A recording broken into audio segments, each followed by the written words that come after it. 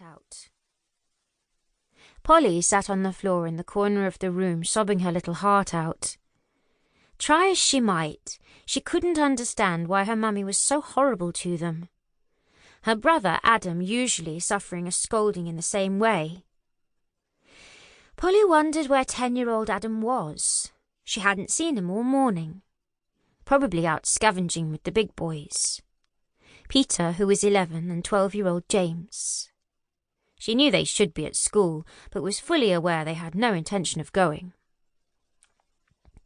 Pushing her lank dark hair off her face, Polly ran her nose along her sleeve once more, her sobs dry now. Her bottom was sore, so she lay down on her side before shoving her dirty fingers in her mouth again. Polly's chocolate brown eyes roamed the room as she lay quietly. Daddy's chair by the empty fire, a kitchen chair for Mummy, and a peg rug on the floor. There were no curtains at the windows, but no one could see in anyway because the glass was too dirty. The filthy windows meant the lights couldn't get through either, so there was a small table which held a candle in its holder. Sleeve and nose coming together yet again, Polly wished Adam would come home. He was the only one who had any time for her. Polly and Adam were constantly chastised by their father, and so had become very close. Both sharing the same dark eyes and darker hair, they had, even at this early age, noticed the difference. Their brothers and parents were all fair-haired with blue eyes. Polly remembered Adam asking why that was, and he had received a thrashing from their father in reply. Gerald Fitch was a bully. She heard her mother bring in the screaming baby once more, and then a noise from the kitchen had Polly listening carefully. Realising it was Adam's voice, she jumped to her feet and raced through the door, throwing herself into his arms. Everything would be all right now. Adam was home.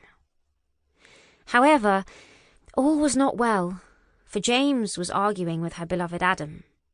"You're a bleeding liar, Adam," James yelled. "I'm not. I begged those sausages, and well you know it," Adam returned. "Mum, he didn't. It was our Peter. He told me so." Adam was furious at the lie and kicked out at his big brother. Minnie thrust the wailing baby into Polly's arms and went to separate her sons, who were now brawling on the kitchen floor. "You two, get off to the slag heaps and find something for us to burn. I can't cook these sausages with no fire," she said to her eldest boys. "And you lying little bugger, I'll teach you to tell me an untruth." Minnie gave Adam a good hiding where he stood. Dropping back down onto her chair, she took back the baby and looked at the boy she had just thrashed. He was staring back at her defiantly, breathing heavily through flared nostrils.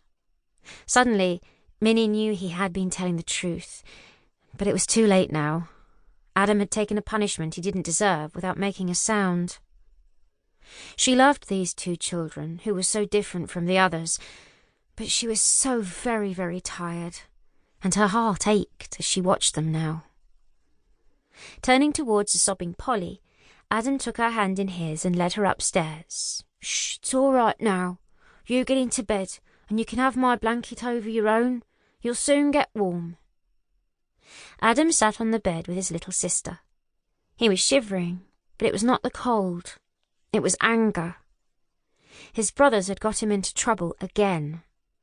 He had fought valiantly, but James was bigger and stronger than him. At almost 5 feet tall, even at his young age, Adam was as thin as a lathe.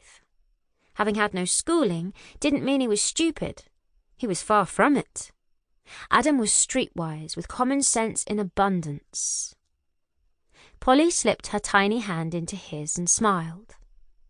Adam's heart melted, and his anger dissipated in an instant. No words were needed, for they were of an accord. In this harsh household they only had each other, and Adam vowed then and there he would always take care of Polly. Neither of the two children had supper that night. There was not enough to go around, so Minnie wasn't allowed to call them down from the bedroom. The two older boys ate and retired to bed in the same room as Adam and Polly. It was late when Adam was woken by his father shouting. Creeping to the top of the stairs in the darkness, he listened.